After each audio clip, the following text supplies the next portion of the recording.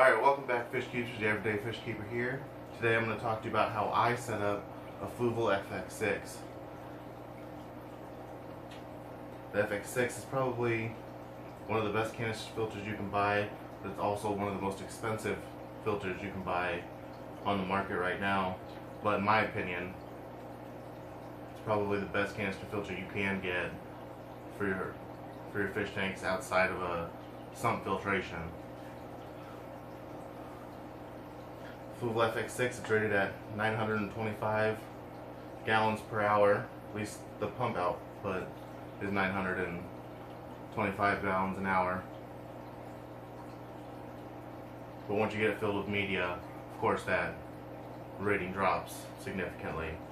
Fluval also rates that the circulation of the filter at 538, I believe. And what that means is the pump itself is capable of pushing 925 gallons an hour, but through the whole system, they rate it at 538 gallons, and that's with the input and the output and the head weight and the filter media and all of that. So anybody that knows, most canister filters, they filter, the water goes down and then it rises up through the baskets. The FX6 does it a little backwards, where it goes to the bottom, then it filters up through these sponges and then back down through the baskets. So you kind of have to set it up a little bit backwards than you normally would. And even though it comes with these sponges, they are fairly coarse, so I don't depend on just those for my mechanical filtration through the filter. But since it goes from the bottom up and then back down, I'm going to start with how I set up the bottom basket first, because that's the first basket that it's going to touch, or correction, the last basket that it's going to touch. But as I stack it, it'll be, you'll see. So since this is the last basket that the water is going to touch, I always put, this is kind of a coarse foam that goes through here, and then I have a more fine foam here at the bottom, just because I have sand in my aquariums, and if sand gets into the motor or the propeller, it can damage it, and it's actually quite expensive to replace it. I've actually already had to do it once, and I've had this filter for a little over 2 years. So the last thing the water's going to touch is this fine filter right here. And that's mainly for me to protect my motor. Of course, right here. Then on top of this, I'm going to put my biological filtration media. I have a bag for this anyway, so it's easier to clean. But I always try to keep a little bit of it loose so I can shove it down into the nooks and crannies, so there's no water bypass with my biological media.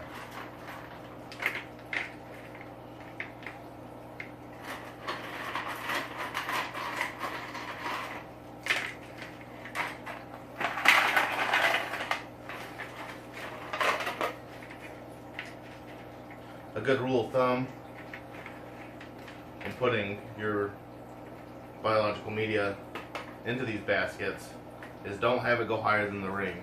Because if it goes higher than the ring, then the baskets won't fit together correctly, and it might cause issues when it comes to putting it all back together. If everything doesn't fit together, you're prone to getting a leak, getting air into the motor, and it burning out, and it's just not good for anybody.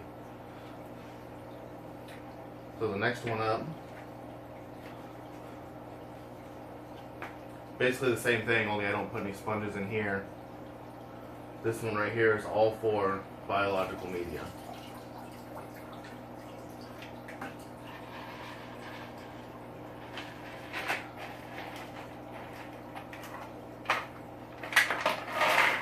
Same thing, have some loose biological media, put it on the top, fits in the nooks and crannies so you don't get any water bypass.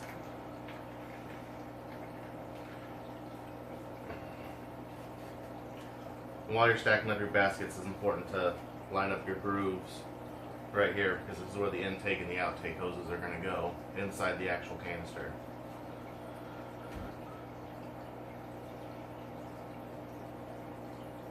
Onto the third basket. Now, since this is going to be the first basket that the water actually touches, it's very important that down in the bottom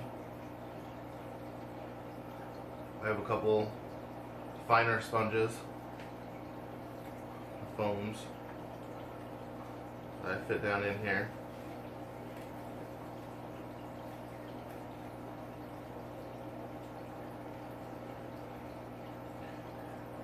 And these are a couple of sponges that actually come with the FX6.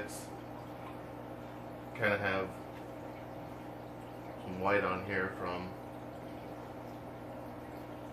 other polyfill or other fine filter medias that I've put in here.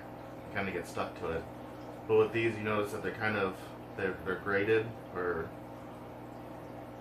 yeah, the egg crates on this side. You always want to put those sides up so there's more surface area for gunk and anything else to get caught in the top.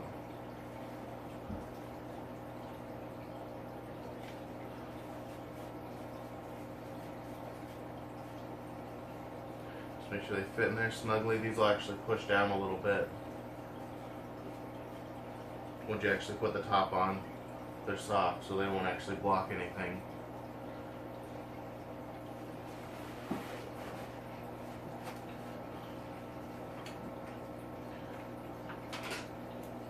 Fluval gives you these nice little red handles. They hold your baskets together.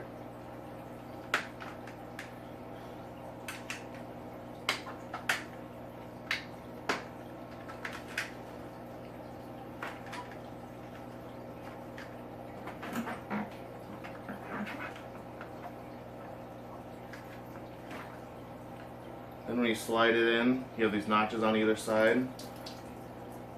You just go ahead and slide those in over the tube.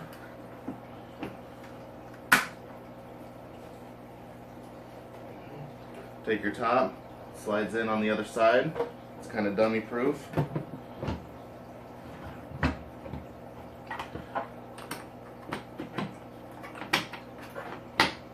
After that, you put your little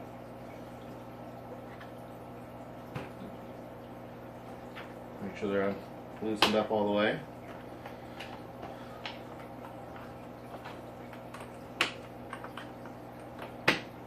Tighten it down, hook it up to your aquarium, and you're good to go. So I mean, that's how easy it is. You know, a lot of people are going to tell you some things where they took out like the side sponges and they put biological filtration in there because there's a lot of mechanical filtration in there already.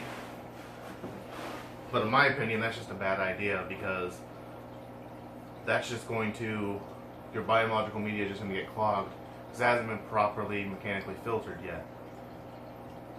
So ultimately, that biological media that you put on around the sides, it's not going to do you any good. You're just losing mechanical filtration, and they're going to get so clogged with gunk and stuff that they're going to be pretty much worthless for beneficial bacteria to grow on.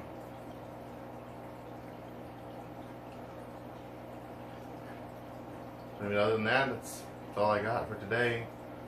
If you like what I'm doing, give me a thumbs up. I actually have a CCAM Title 110 that I plan on doing a demonstration with too. So make sure you subscribe and you can see some more of how I set up filtration.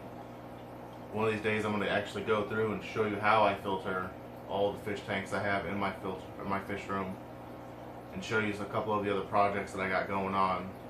Because I had actually just moved into this room, so still big things coming. Other than that, make sure you give me a thumbs up and have a wonderful day.